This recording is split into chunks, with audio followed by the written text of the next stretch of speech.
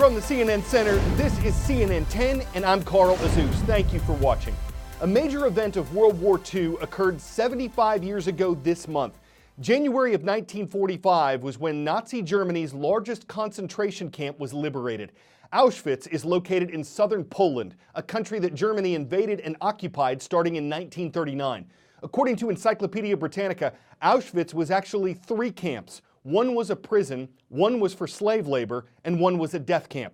More than 1,100,000 people were killed at Auschwitz. 90% of them were Jews.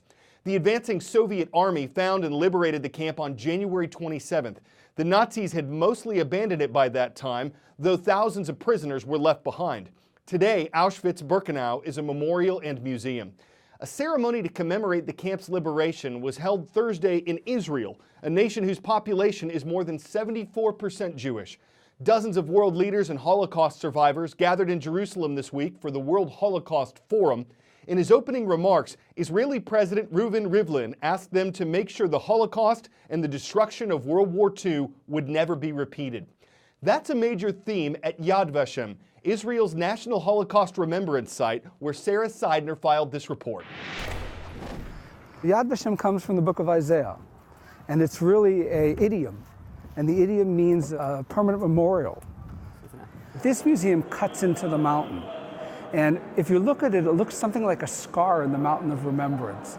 And I think that's what the Holocaust really is in our world. It's this thing, and we're many years afterwards, but we remain with a sort of a scar. You know, it's a bit shocking as you walk in and you see these massive swastikas. Yeah, I think Nazi it is. flags. But again, this is showing you something about what this period is. I mean, you can't just enter it like you enter a swimming pool slowly. You kind of dive into the period. Where are these bricks from? Well, this is a recreation of a street called Leszno Street, which was the main artery in the ghetto, Warsaw Ghetto, the biggest of the ghettos. And these are actual bricks that were used in the streets of Warsaw, along with the tram line that was there. What do you want people to feel when they start walking into the ghetto? We want them to have a small feeling, maybe, of what crowdedness is, and when they see the photos around, understand something about the suffering, because if you see the photos around you, you see tremendous suffering, especially of children. We're talking about people. Knowing their names is important. When you see their faces, you understand even more that we're talking about not 6 million somethings. We're talking about 6 million human beings, each with a family, with a background, with something about them that's very human. The suitcases are left with names and addresses and information. Again, it's a personal thing. Who doesn't understand traveling with a suitcase? So they're heart-rendering, these things. When you look at the items and you tie them to the story, you don't need to show photographs of atrocities to understand an atrocity. Things were taken from them again, and shoes. And shoes, okay, shoes look innocuous. What are shoes? But understand whose shoes these were and what happened to the owners of these shoes, and you begin to get something about a feeling of amount, of quantity, of everything that's going on here. You can touch things here. Yes, you can experience things in a different way. What is this? Well, look in the photograph. This is a camp called Flossenburg, where people were working in hard labor digging out stones, and they were filling carts, right? And this is one of the carts. There are 1,000 points of proof, 1,000 things that you can experience here to show you a little bit, just a tad of what life was like. Ultimately, we want people to understand that the Holocaust was caused by people. It wasn't a cosmic event, and it wasn't monsters. It was human beings who were motivated by ideas more than anything else, and they brought about this Holocaust, which means we need to understand what those ideas were, what was motivating them, what brought them into this, because ultimately we want to learn from the Holocaust, from other genocides. How do we go about preventing anything like this from happening to anyone anywhere else?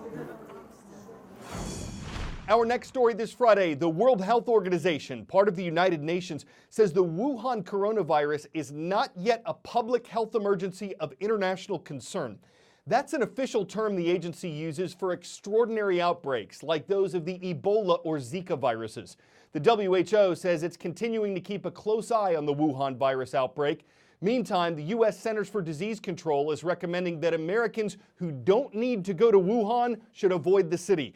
And it recommends that anyone who's traveled to China within the past 2 weeks and has a fever, cough, or trouble breathing should immediately get medical care and avoid other people. The disease is named for the city in China where it was first identified. Wuhan has a population of 11 million, and it's now on partial lockdown with a lot of its transportation shut down. As Chinese officials rush to try to contain the outbreak, the travel plans of millions have been impacted because the Chinese New Year begins on Saturday, the most important festival in the world's most populated country.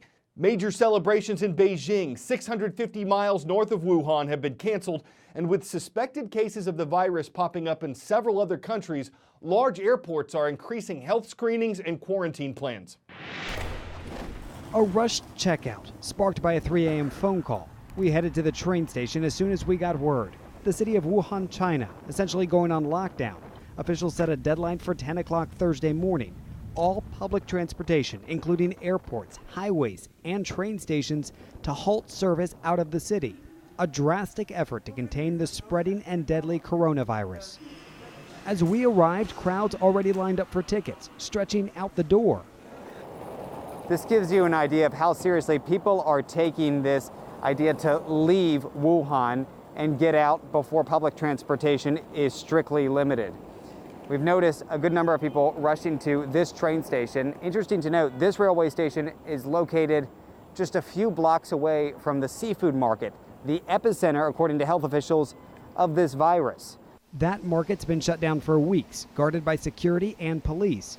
Without special permission, no one in, so as to prevent any potential exposure from getting out. Passing through rail security, thermal detectors monitor for possible fevers. Inside, some passengers feeling panicked. In such a short time, the number of cases has doubled several times. Others feeling it's all been a bit overhyped. For me, in Wuhan, I haven't felt that kind of tension or panic at all. I think people are okay. People are getting on with eating, drinking, and living. But she's leaving nonetheless. And during the spring festival, in which families are supposed to be together, some are making the difficult choice to be apart, sending their young children outside the city limits while they stay to face the unknowns back home.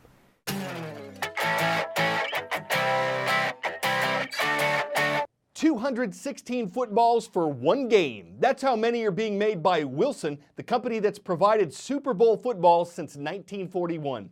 In its factory in Ohio, Wilson picks the leather, cuts the leather, stamps the leather, stitches up the balls, and then they're laced like shoes and sent to Super Bowl LIV, also known as Super Bowl 54, with 108 of them going to the Chiefs and 108 going to the 49ers. So that's the pig skinny on how they're made before the athletes have a ball with how they're played. Now some will get frayed and some will fade or get kicked, dropped, or sprayed with Gatorade. But that's the life of a Super Bowl. They lose or win some. The rest is elementary, my dear Wilson. Okay, enough of that. We hope to see you subscribe and comment at youtube.com/CNN10 because that's what LPS Oakland High School did from Oakland, California, where Fridays are awesome. I'm Carl Azus.